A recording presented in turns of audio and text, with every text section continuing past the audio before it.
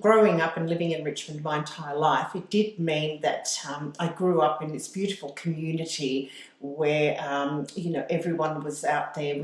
But Mum especially was someone who was very passionate about cuisine, food, feeding her family. There's this concept of nikokira that I talk about, and she would always say that you need to be a nikokira. I want you to educate yourself, but also be a nikokira, which meant that you looked after your household, and that meant part of that was food.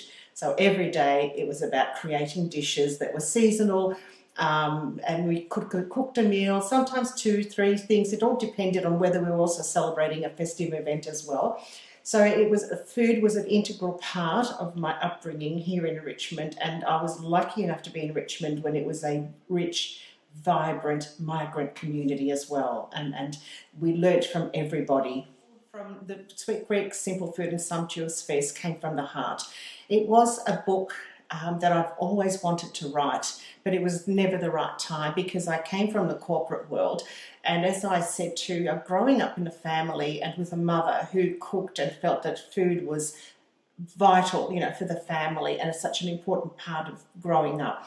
I wanted to pass down those recipes as I understood them and knew them, being conscious of the fact that we were losing that old generation, that first generation, those first migrants out here were slowly aging and dying.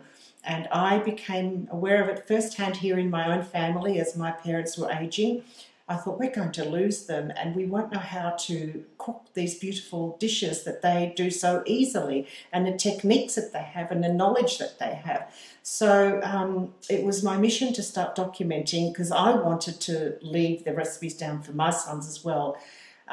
It was never the right time, as I said. However, a diagnosis of cancer changed all of that. So I started my cancer journey, and while sitting on a chemotherapy chair at Peter McCallum's, I started to write things and document things.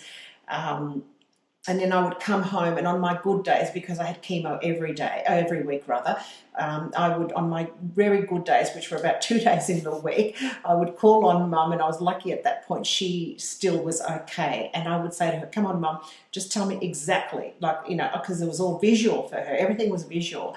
And I have to say, I cook a little bit of visual now too. I'm visual as well, but I can tell you proportions if I have to.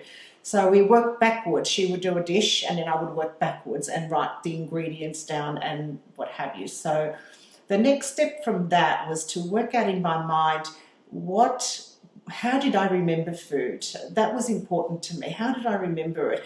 Was it just how Mum would cook every night, or was it in another way? And the other way was really a thematic way. I remembered the festive occasions because our house was full back then. We had people in and out all the time. We always celebrated religious events. We celebrated festive events, name day events, all those events that we all grew up with were all important. And I remembered that I kind of got our cuisine and put it all into all these amazing events, like starting from Don Fodon, 6th of January, all the way through to New Year's Eve. I think that the way we celebrate life, I think, is always with family and friends. I think that's such an important, and I think we've experienced that too, even with COVID recently, that one of the things that we missed was being together with family and friends. And when we're together with the way I grew up and what I know from my Greek culture, is to fill that table up with beautiful food, piateles, platters of food, and you have a bit of everything. As we would say, stronome to trapezi. We fill the table up with our tablecloth, our napkins, our cutlery, our plates, and we then add the beautiful food, and we all sit and talk over a glass of wine and food, and we celebrate life that way because we talk to each other, we communicate, we ask each other all the things that are important to us, and that's what it's all about in the end. Because I think if you don't have that, life, I think, is quite lonely. And food helps us do that. Food brings us together, and food is an expression of love. Guinea stipado is a very special dish, and it's a dish that I hold dear to my heart.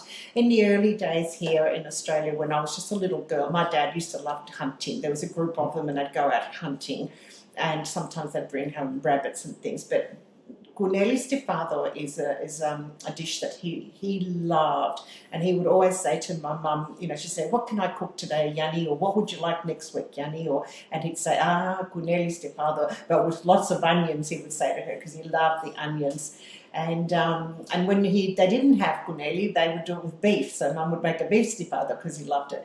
But it's when I prepared that recipe and cooked it and presented it, it was my dad because I'd lost him at that point, and it was my dad that I thought of the whole time, and I added lots of onions because that's what he would want, and wine as well. So that's what he would want, and that's how he would like it.